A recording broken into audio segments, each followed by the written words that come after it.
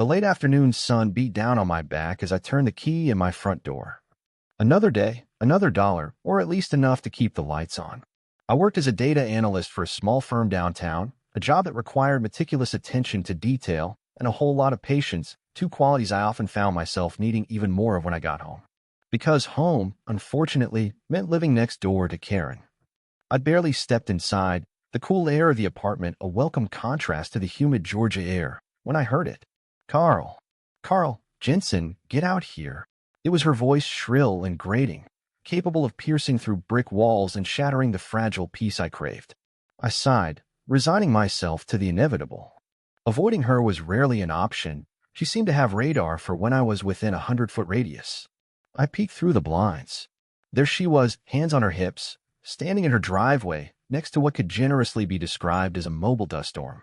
It was her SUV, usually a pristine white, now caked in layers of mud, grime, and what looked suspiciously like bird droppings from the past decade. I hesitated, hoping against hope that maybe, just maybe, she was yelling at someone else. But no, she saw the flicker of movement in my window. Carl, I know you're in there. Get out here this instant. I reluctantly opened the door and stepped onto my porch. Karen, good afternoon. What can I do for you? I asked, trying to keep my tone neutral. I already knew this wasn't going to be a pleasant conversation. Her face was a mask of entitled fury, and her eyes, usually a pale blue, seemed to have darkened with a simmering rage. It's about time, she snapped, marching towards me. I need you to wash my car. I blinked, genuinely taken aback. Excuse me? I said, sure I hadn't heard correctly. This woman had a perfectly functional hose, buckets, soap, and sponges sitting in her garage, not to mention a husband who spent most of his weekends meticulously tending to their lawn.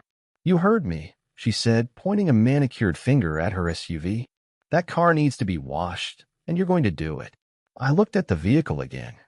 It was truly a sight to behold, a testament to neglect and the unwavering dedication of pigeons everywhere. Karen, I said, trying to keep the incredulity out of my voice, I just got home from work. I'm tired. And frankly, I don't wash other people's cars. Her face contorted further, if that was even possible.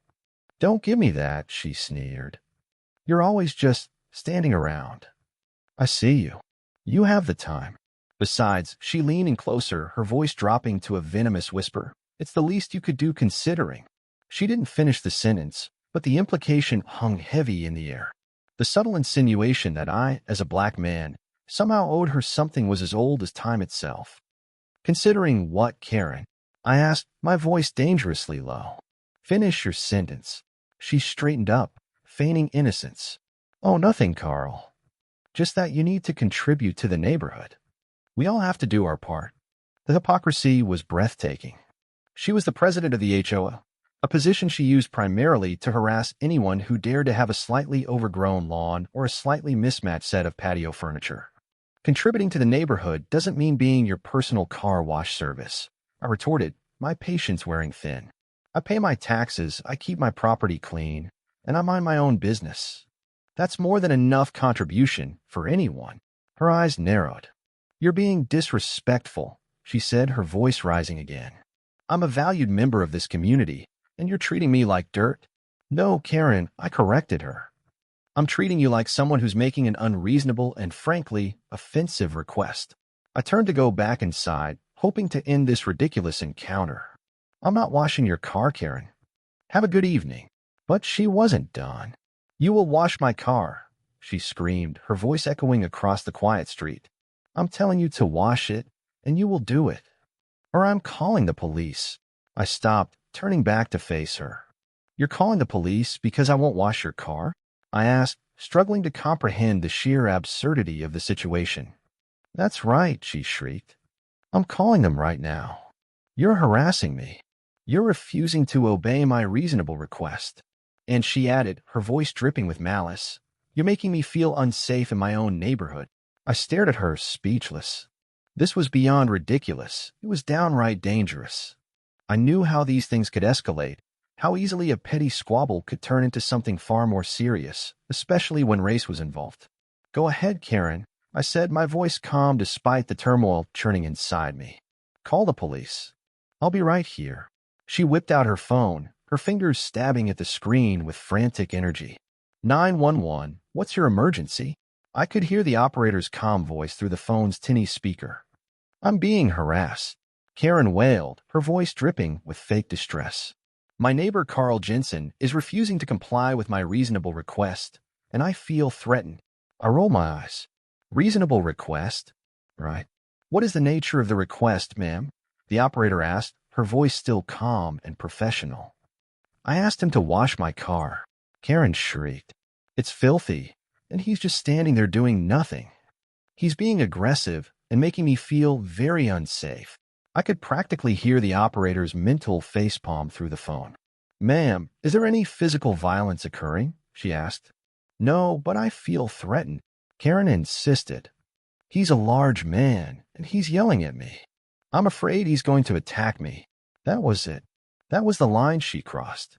I was done. I couldn't let her paint me as some kind of violent thug just because I refused to be her personal servant. I pulled out my own phone and started recording. Karen, this is being recorded, I announced, my voice loud and clear. Everything you're saying is being recorded. Her face flickered with a moment of panic, but she quickly recovered, doubling down on her performance.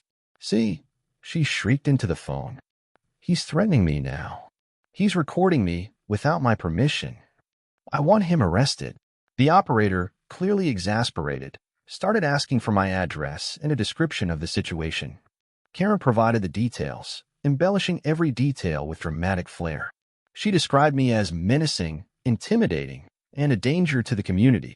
It was a disgusting display, a blatant attempt to weaponize the police against me based on nothing but her own prejudice and entitlement.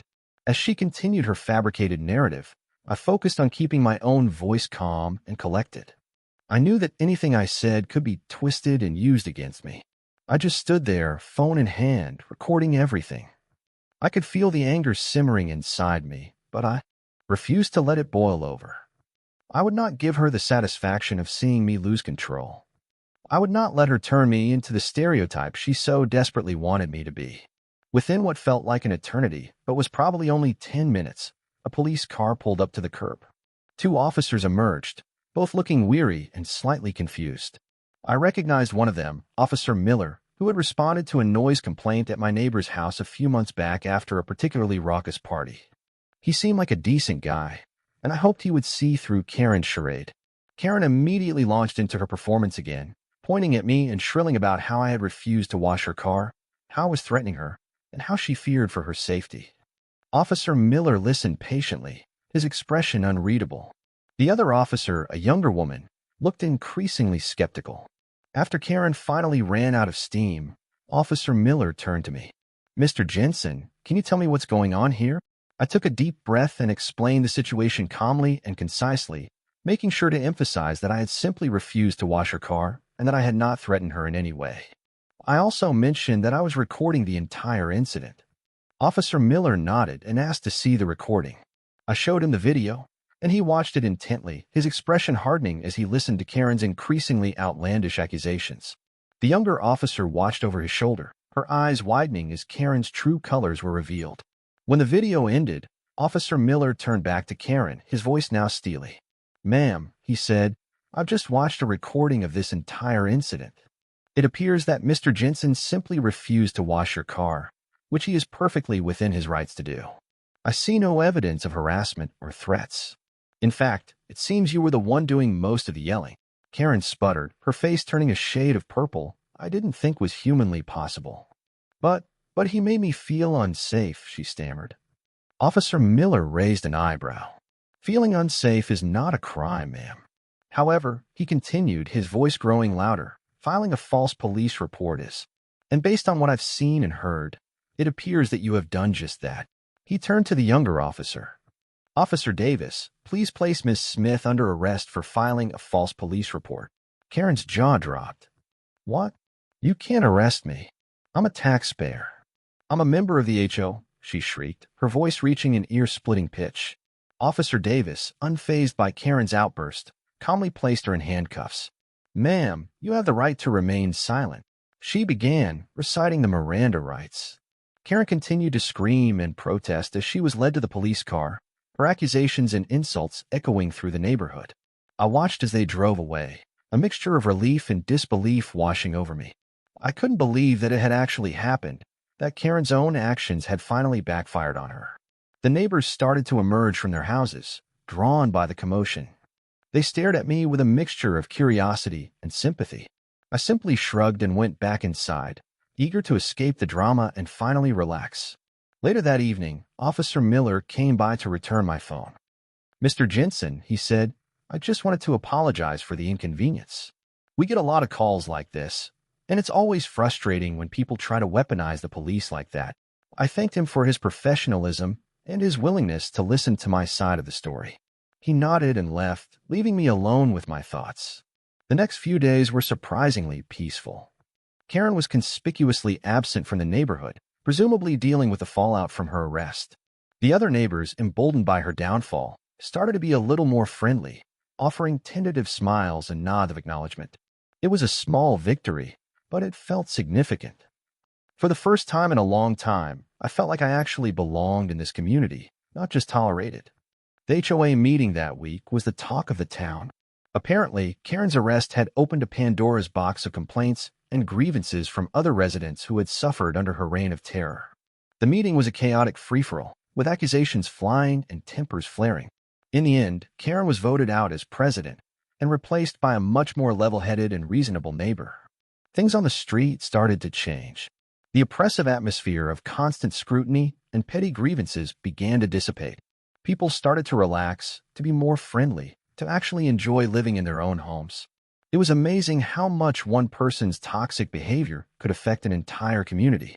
I even saw Karen's husband, looking sheepish and apologetic, attempt to wash his own car, a rather comical sight, I must admit. I never spoke to Karen again. I heard she moved out of the neighborhood a few months later, presumably to inflict her brand of chaos on some other unsuspecting community. I didn't miss her. In fact, her departure felt like a weight lifted off my shoulders, a constant source of stress and anxiety finally gone. The whole experience was a stark reminder of the prejudices that still exist in our society and the importance of standing up for yourself in the face of injustice. It also taught me that sometimes the best way to deal with a Karen is to simply let them dig their own grave. And, of course, to always have your phone ready to record. The world had shifted on its axis, and I was glad to see the back of her, and I hoped that the neighborhood wouldn't be as terrible as it once was. It was going to be a new era and a new dawn on my street.